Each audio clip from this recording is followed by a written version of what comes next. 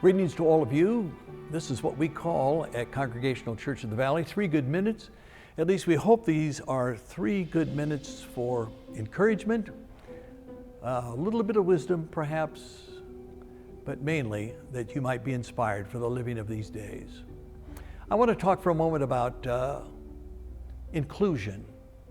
There was a Jesuit priest there who is actively at work now by the name of Gregory Boyle. He's the founder of Homeboy Industries, the world's largest gang intervention, rehabilitation, and reentry program.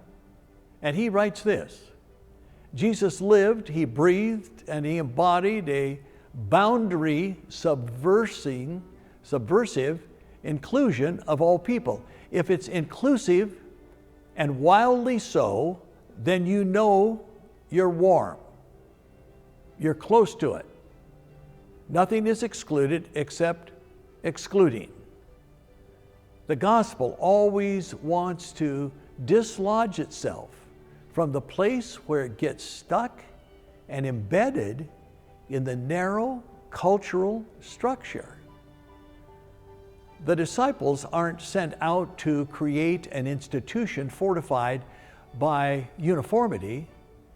They are being propelled into the world to cultivate a movement whose ventilating force is an extravagant tenderness for all people. The disciples didn't leave Jesus aside with a fully memorized set of beliefs. Rather, theirs was a loving way of life that had become the air they breathed, anchored in contemplation and fully dedicated to kinship as its goal. I end the quote there from Pastor Boyle. I remember one time preaching a sermon on an average Sunday morning on grace, and there was a man in my congregation in Northern California from Hereford, Texas. He was out here living with his sister. And he called the next day and he came into my office and he sat down and he said, I need to check this out with you. He said, I have been married 8 or 9 times, I'm not sure, because my entire life was in a drunken stupor. Now that grace stuff you talked about, which is something that we need, but don't deserve, that's given to all people. Do you think that grace is even for me? I said, my friend, especially for you.